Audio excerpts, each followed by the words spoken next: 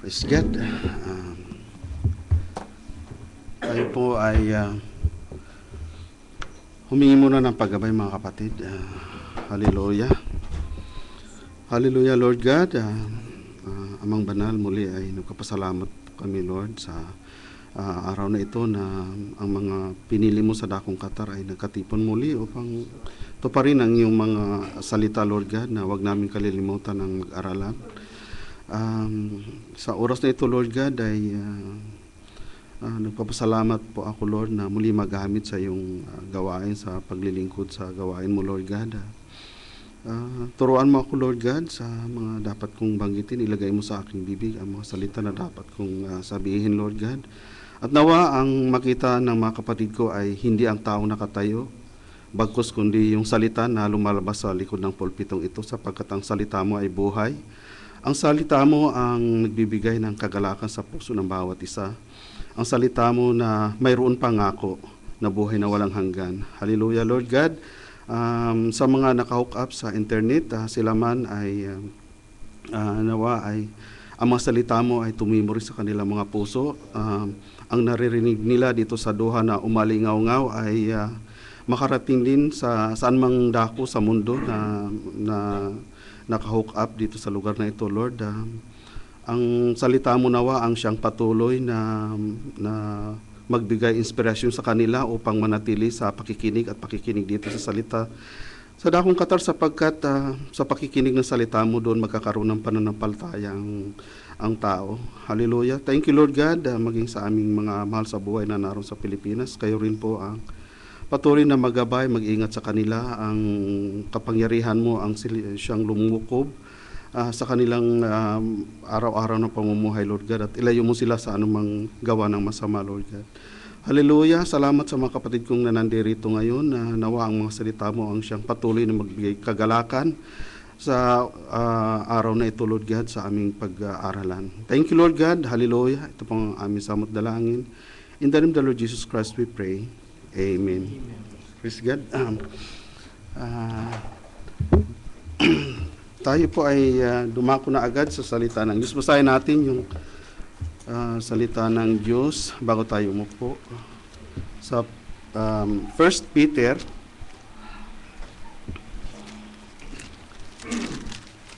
4 saka 1 Peter 1. Ihanda na natin para mabasa agad natin sa 4:12. Say natin, Beloved, think it not strange concerning the fiery trial which is to try you, as though some strange thing happened unto you. Pag sinabing fiery trial, very intense ang pagsubok. Fiery trial. Intense. Very trial. Huwag kayong mga magtaka, sabi ni Peter, tungkol sa mahigpit na pagsubok sa inyo na dumarating sa inyo upang kayo'y subukin na waring ang nangyayari sa inyo ay di pangkaraniwang bagay. Sapagkat sa panahon ng mga apostol, alam natin na matindi. Very intense ang mga pagsubok sa kanila kasi persecuted ang mga mananampalataya. 13, But rejoice inasmuch as you are partakers of Christ's suffering, that when His glory shall be revealed, He may be glad also. Ye may be glad also with exceeding joy. Tapos sa 1 Peter 1:7, that the trial of your faith, being much more precious than of gold, that perisheth, though it be tried with fire, might be found unto praise and honor and glory at the appearing of Jesus Christ. Praise God. Ang Diyos ang magpala ng kanyang mga salita at din tayo makaupo mga kapatid.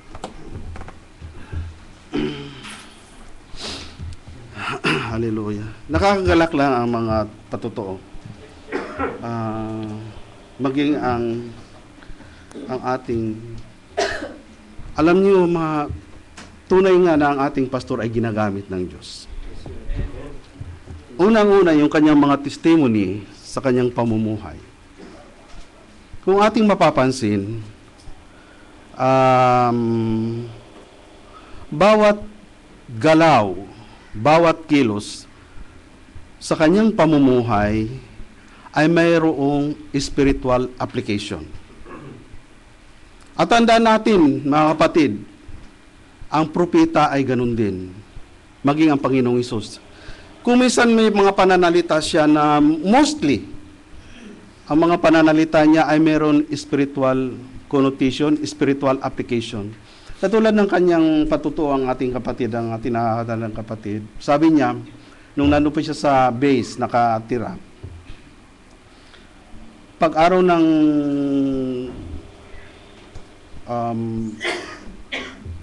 sa Biyernes o Sabado, wala siyang pasok. Doon siya naglalaba. Sabi niya, habang siya naglalaba, hindi siya nagwa-washing machine. Kasi ang washing machine, nasisira ang damit. Lalo na yung washing machine na top loading. Kung front loading, okay lang kasi medyo pag ganyan ang ikot. Pero pag top loading, ang damit na pipilipit na bubutas yung mga sinturirahan, yung mga laylayan, naninisnis. Kaya sabi niya, ang kanyang paglalaba, ginagamit niya ang kamay. Habang siya daw naglalaba, sabi niya, Panginoon, kung paano kinukusot itong damit na ito, ganun mo rin akong kusutin at linisin sa aking pamumuhay araw-araw. Sa kanyang trabaho, sabi niya kung paano daw siya naghihigpit ng mga tornilyo sa makina, sabi niya, higpitan mo rin ang paghawak sa akin. See, nakikita niya. Kanina na naman, nakita na naman natin, nakaramdam siya ng sakit, meron na naman siyang spiritual application. Ganun din sa spiritual. Pagka nakakain ka ng mali, makakaramdam ka talaga ng, hindi lang makakaramdam ang kamatayan ang pupuntahan ng taong kumain ng maling salita, maling aral. Nabasa ko rin sa mga mensahe ng propeta, nakaupo siya sa silya, itong mga anak niya, si Rebecca, tsaka si Sarah, nagtakbuhan. Tapos itong si Rebecca daw, umupo doon sa kanyang lap. Ngayon, itong kanyang bunso na si Sarah, sabi niya, hindi makasingit kasi malalaki daw yung bias ni Rebecca. Hindi siya makasingit. Tapos ang ginawa niya, kinuha niya yung si Sarah. Tapos sabi daw ni Sarah, you can have daddy, sabi niya. But I can have all of my daddy. Kasi ang ginawa niya, nakaupo si Rebecca dito sa lap ni Brother Branham, si Sarah, nakayakap dito sa liig. Sabi niya, ako naman, sabi niya, I have all my daddy. Sabi niya ganon. Tapos binigyan niya ng spiritual application. Sabi niya, ganyan din daw ang, si Rebecca, tinipo niya sa denominasyon. Sa denominasyon. Siyempre, malakas daw si Rebecca, kaya hindi makasingit. Ang ginawa ni Brother Branham, kinuha niya yung anak niya, tapos yumakap sa liig niya. Yun daw, si Sarah, yun daw yung tunay na church. Tama, yung mga ganong simpleng bagay na nabibigyan niya ng mga spiritual application. Alam niyo mga kapatid, ganun din ako. Alam niyo, yung trabaho namin ni Brother Anthony, paggupit. Minsan may mga customer na mahabang buhok, 6 na buwan na raw, hindi pa nagpapagupit. Sabi ko, ang tagal-tagal mong hindi nagpagupit. Oo, sabi niya, kalbuhin mo na nga ito. So, sabi ko, anong gusto mong number? Ano mga kapatid, pag nagkakalbo ako, naiisip ko, sabi ko, Panginoon, itong taong ito, sana ganun din ako. Sabi ko, kung paano kinakalbo ko yung mga mahaba niyong buhok, sabi ko, kalbuhin mo rin sa akin yung mga bagay na hindi nararapat sa akin. Dapat maging ganun ang ating attitude. Meron tayong spiritual application sa ating mga buhay. Kasi sinabi na nga ng kasulatan na let the mind of Christ be in you, be in us. Eh kung nasa atin ba si Kristo, mayroon pa ba tayong mga karnalidad na mga pag-iisip? Dapat mawala na yun. Yun ang gustong iparating sa atin ng ating kapatid. Meron tayo laging sa ating mga pamumuhay, meron laging spiritual application.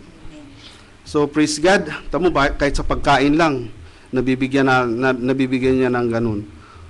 Ganun dapat ang maging attitude natin. Sabi nga ng ating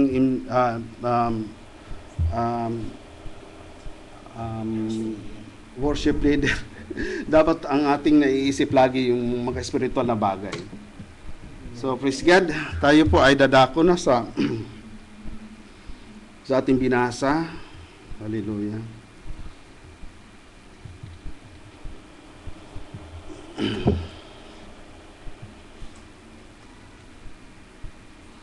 Meron ako doon sinulat.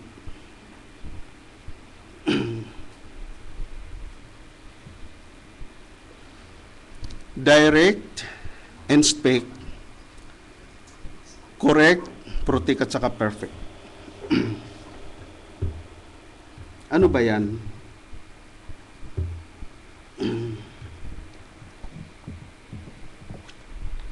Praise God. Iyan ay 5 pamamaraan ng Diyos para tayo ay ituwid. Binibigyan tayo ng problema at yan ang pamamaraan. No? 5 ways wherein God wants to use problems in our lives. Direct, inspect, correct, protect, and perfect. God uses problems to direct you. Sometimes God must light a fire under you to get you moving. Kung minsan ang Diyos gusto niya tayong sindihan ng apoy para tayo kumilos.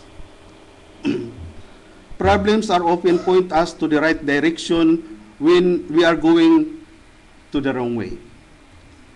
Pag nagkakamali tayo, diyan tayo sinisindihan ng apoy ng Diyos para ma-motivate tayo, mabago tayo. Is God trying to get your attention? Sometimes it takes a painful situation to make us change our ways. Isang halimbawa ay si Jonah. Si Jonah, inutusan na pumunta sa Nineveh. Ang ginawa ni Jonah, tumakas siya, papunta ng Tarsis. Ang nangyayari sa kanya, nakasagupa siya ng unos, bagyo. Ang direksyon sa kanya, pumunta ng Nineveh, tumakas siya. So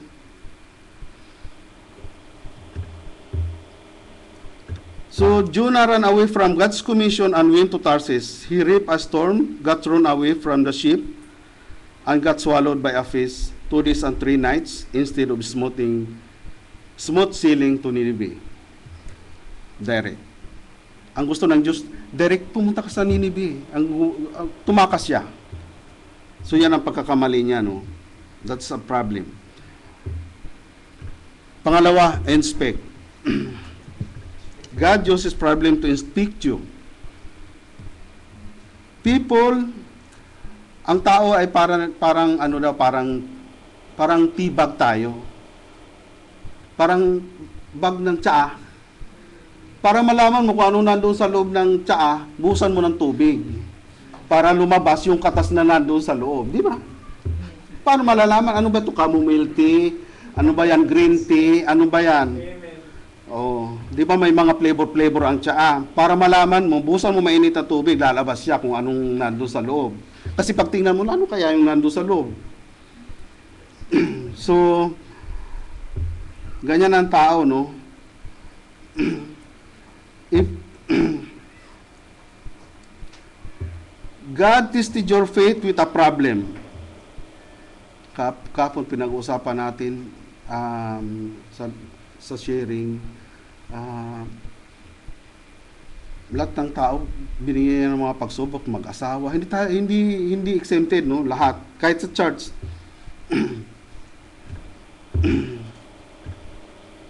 Yes, God. Ang hirap ng malabang mata.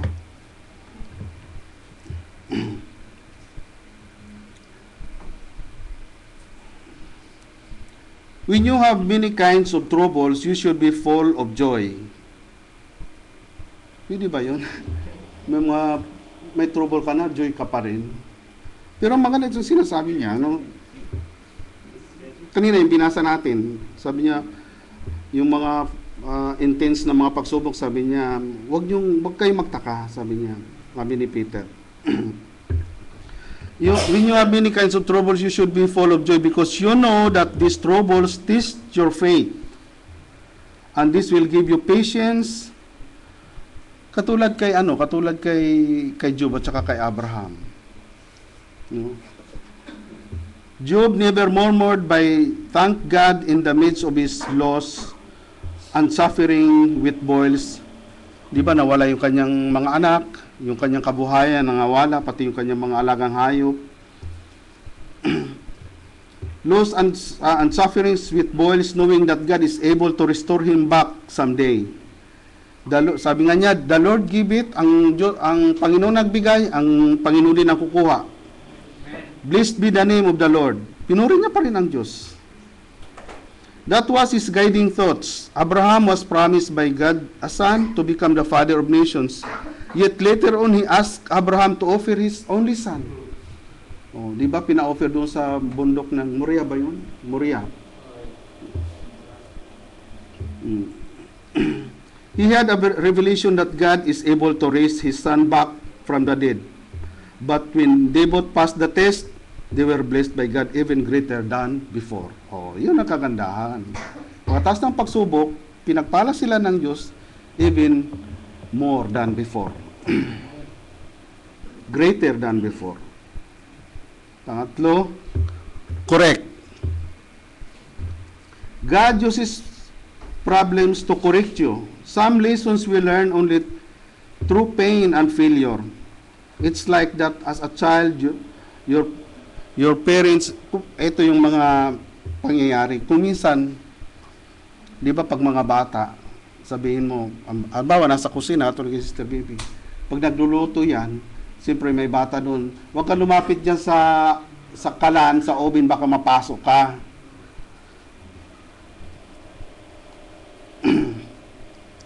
It's likely that as a child, your parents told you not to touch a hot stove, but you probably learned by being burned. Sometimes you only learn the value of something. Katulad ng health, money, relationship, by losing it. Di ba pagka nagkaroon tayo ng mga ganong karanasan, doon lamang natin napabaliw, ay sayang. Katulad nagkaroon ka ng girlfriend, Brine ko na-realize mo lang na sayang pala may nakita kang value sa kanya na hindi mo nakita doon sa bago mong girlfriend. Yun ang sinasabi.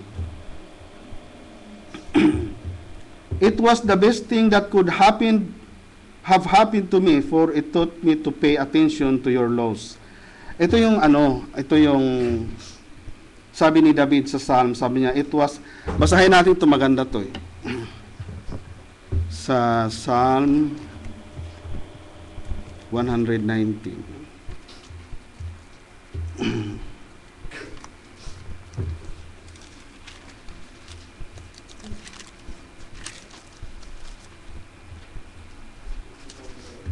(1970) 119, 71, sabi niya dito, at saka 72, mabuti sa akin na ako'y napighati upang aking matutuhan ang mga palatuntunan mo. Ang kautusan ng iyong bibig ay lalong mabuti sa akin kaysa libong ginto at pilak. Bakit nasabi ito ni David?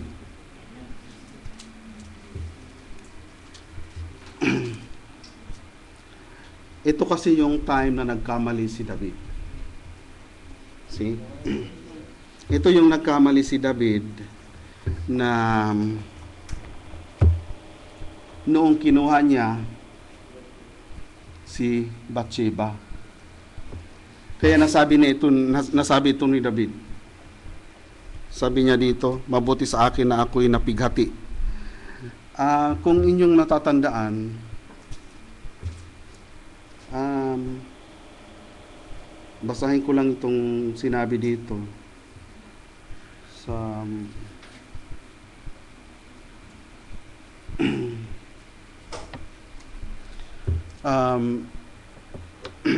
kung yung natatandaan yung si David nung kinuha niya si Bathsheba, ang akala niya walang nakakaalam.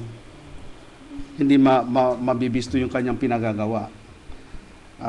Noong dumating sa kanya si Prophet Nathan, tinawag niya si David, sabi niya, meron ako sasabihin sa iyo, sabi niya, meron sa syudad, sabi niya, sa isang syudad, meron dalawang tao, sabi niya, isa mayaman, yung isa mahirap. Yung mayaman, nandun sa kanya ang lahat.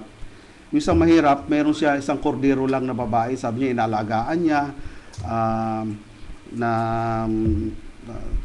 kasama niya sa pagtulog niya. Tapos, sabi niya, mayroon isang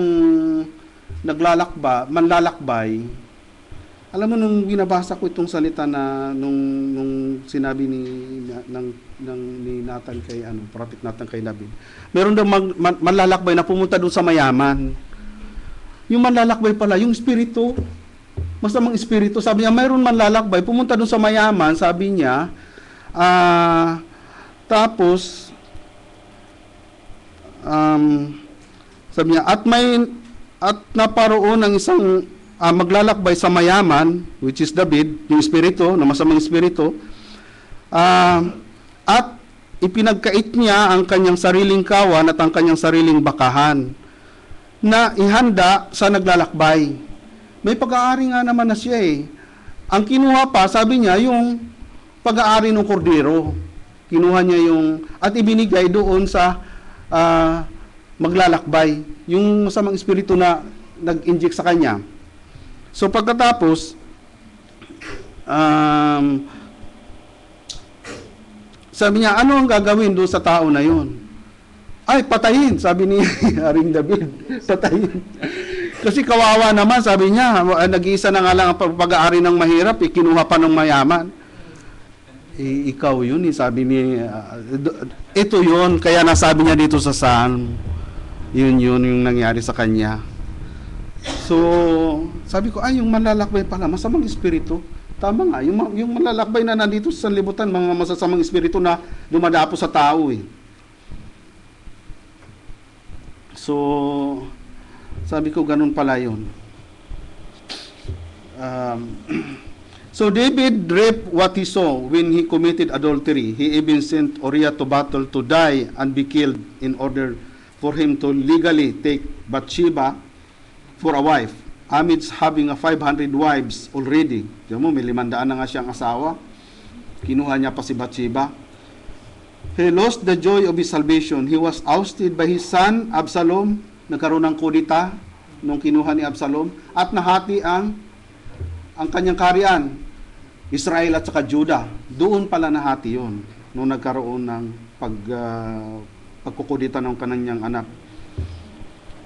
Yet, his deep repentance, he was able to gain back the favor of God. So, his son Solomon was even considered by God to erect his temple. Ganun pa man, pagkatapos noon, yung naging anak niya kay Bathsheba, yun naman ang naghari at nagpatay pa ng templo. For protect. A problem can be a blessing in disguise if it prevents you from being harmed by something more serious. Ito may isang kwento. Sabi, last year, sabi niya, I have a friend was fired for refusing to do something illegal that his boss had asked to him to do. He was an accountant. May kapatid tayo na accountant. He was an accountant and was asked to cheat on the income tax. Tinuruan siya, pinag-usapan na dayain ang pagpapile ng income tax, yung sa buwis. Para ngayon si Hinaris naghahabol nung yung Royal ngayon, yung networking na Royal, hinahabol ni 375 million daw ang tax evasion na hindi binabayaran.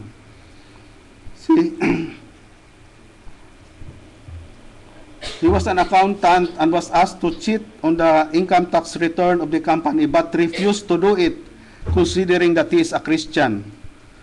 Tinanggihan niya yung paggawa ng pandaya ng buwis kasi siyempre nakukonsensya siya dahil siya ay Kristiyano. And could not compromise it. His unemployment was a problem dahil doon siya ay natanggal. Terminate.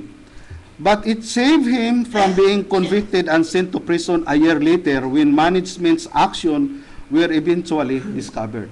Oh. Dahil doon, sa hindi niya pakikipag-compromise, nailigtas niya ang sarili kasi pwede sana siyang kasuhan. Kahit na na-terminate na siya, pwede siyang habulin na ito ang nandaya, kaya makukulong siya. Pero dahil hindi niya ginawa, nakaligtas siya. So, you intended to harm me, but God intended it for good. Consider Joseph as an example. He was rejected of his brethren, sold to Egypt for 30 pieces of silver, was imprisoned for a crime he did not make, yet through all these trials and miseries, he held on to God with faith, and God made him governor of Egypt, and saved his own family, Jacob, his father, and his 11 brothers at the end, when the great famine in Egypt took place. Oh. May purpose pala para protektahan ka, bagamat may mga problema dumarating, kung minsan sa atin, kung minsan may mga problema tayo na nararanasan, hindi natin maintindihan, oh, bakit ba ganito? Anong mga pagkukulang ko? Pala may purpose ang Diyos. Meron pala siyang purpose na hindi lang natin lubos maisip.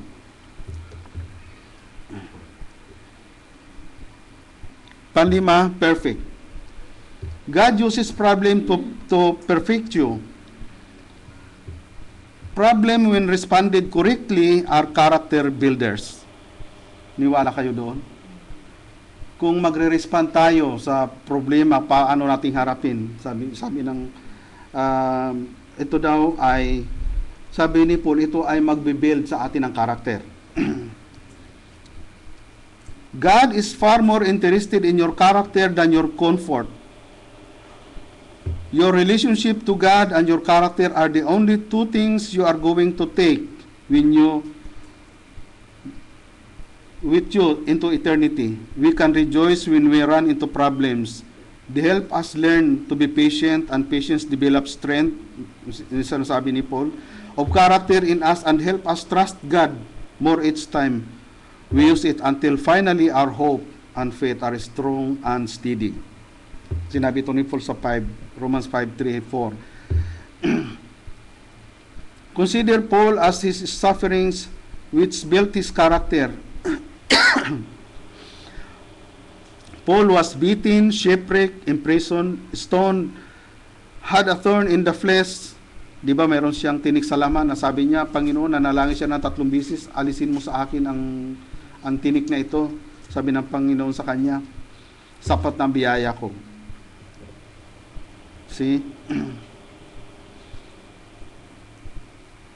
At sabi niya sa 2 Corinthians 12:1-7, sabi niya, at least I should be exalted above measure through the abundance of the revelations.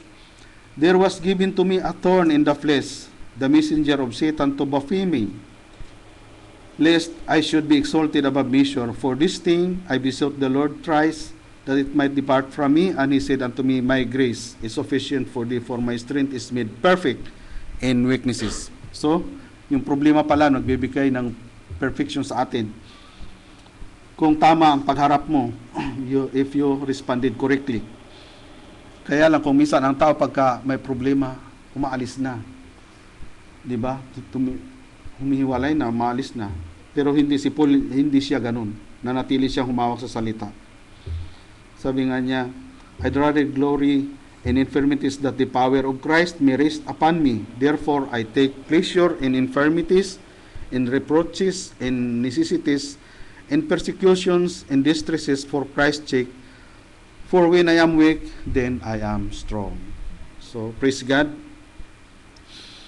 Iyon ang 5 problema na pinapadala sa atin para tayo ayusin ng Diyos. Direct, inspect, correct, protect, and perfect. Ngayon, tunghayan naman natin ang sinasabi ng ating kapatid na ginamit ng Diyos. Doon sa kanyang mensahe na Victory Day, sabi niya, when it looks like everything's gone wrong, God giving you a trial. He's got confidence in you. He don't have to bibi you around. Hindi ka para bibibibihin ng Diyos. Sabi niya, binibigyan ka ng mga pagsubok. At mind you mga kapatid, ito sa Diyos yan ha. Tingnan mo sa tao meron din lahat naman tayo nakaranas mag-aral, di ba? Ano bang ginagawa sa school sa loob ng isang taon? Mayroon examination dyan First grading, second grading, third grading, at saka fourth grading. Test.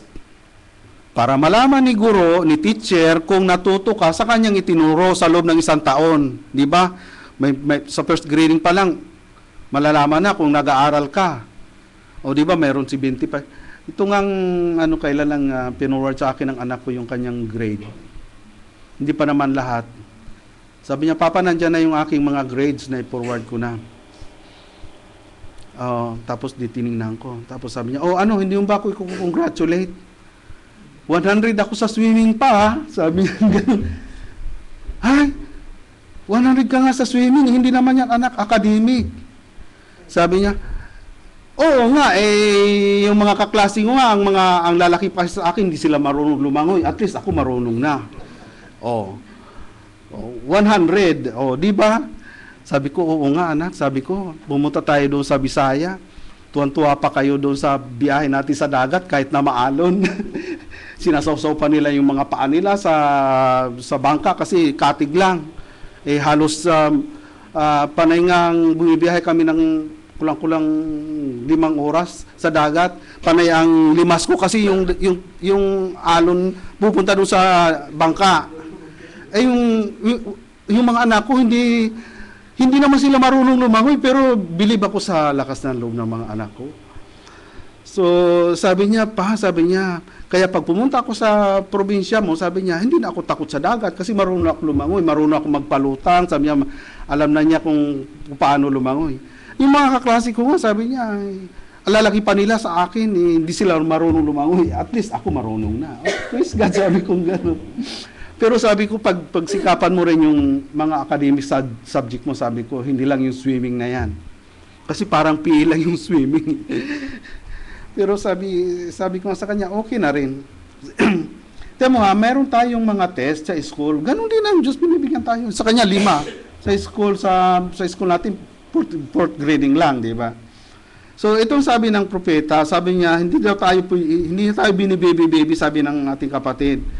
You are not a hotbed plant, a hybrid alam mo mga kapatid, tinignan ko yung hotbed plant. Ganito palang itsura. Sabi ko, ano bang ibig sabihin ng prophet doon sa hotbed plant?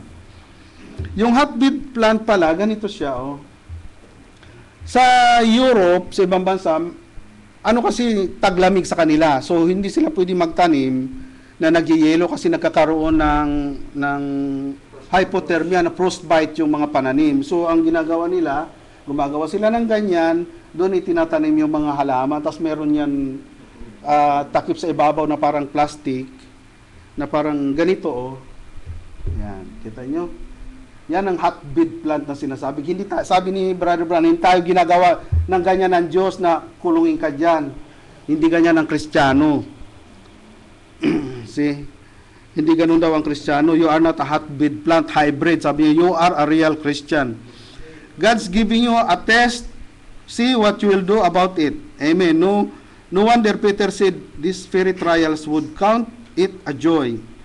It's more precious to you than gold. And many times we have and how, if just, sabi niya, that will something God give you to overcome, He knows you will do it.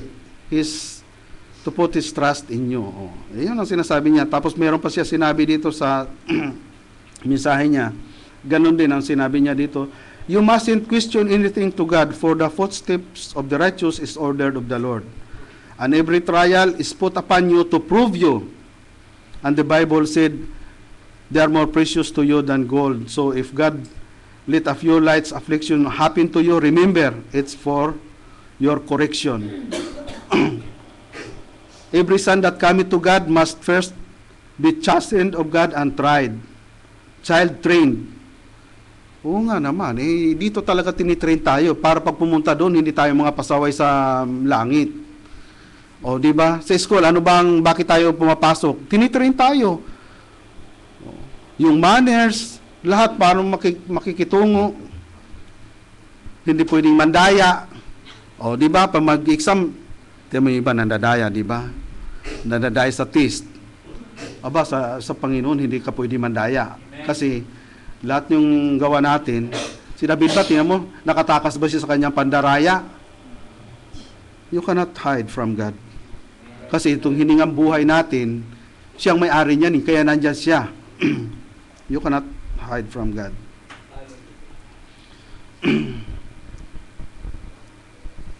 And these afflictions are done or brought about to see what the attitude you will take. See, it's God of this proving ground. That's all earth is proving ground, no? Dito sa earth daw ang ating proving ground. Dito tayo tinisis. And where is trying to prove you. Marami siyang sinabi. Meron pa siya sinabi dito. Sabi niya, he that cometh to God must first be tested. Tested what? With the word. God's test. Do you believe it? He that cometh to God must be tested. The only shows a true child. Be tested. And when the test comes on you, you can't overcome lest there's a test give to you. And when a test is given, it's to see whether you can overcome or not. Ayan, may mga test, may mga kapatid tayo na mga nag-turn back na. Kaya nga sabi ng Panginoon, to him that overcome it, di ba sa church ages, lahat doon sa end ng church ages, to him that overcome it, kailangan may magtatagumpay.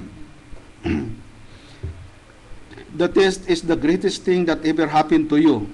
And I believe it's written in the scripture. Peter said that our trials are worth more to us than precious gold. It's a testing time. And one good evidence to us that God is with us when we are tested. For all children of God are tested and tried. Maging sa church, sabi nga ng ating kapatid, sabi niya, God bring tension into the church, for every son that cometh to God must be tried and proven and tested. He lets sickness strikes you. He let diseases come on you to test you and to prove you, to show the world that you are truly the seed of Abraham. He permits it by His own will. He permits disasters. He permits the friends to turn against you. He permits all these things and turns the devil loose to tempt you. And he will do all but take your life. He could throw you on a bed of affliction. He could turn your neighbors against you. Kumisan mga kapitbahay, kapatid, against you. You could turn the church. He could turn the church against you. He can do most anything. And it's God's will for him to do it. We are taught that it is more precious than gold to us. So, marami pa itong mga kapatid, kaya lang, dito na lang tayo para bigyan natin ng time din yung bibigay na mensahe ng Panginoon.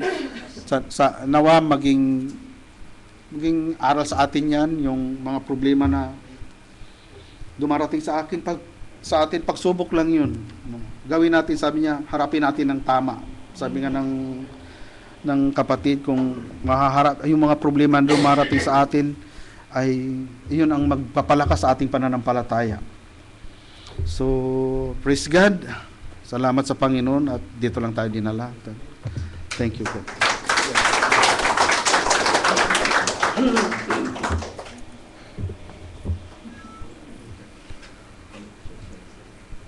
Praise God. Bago po tayo dumako sa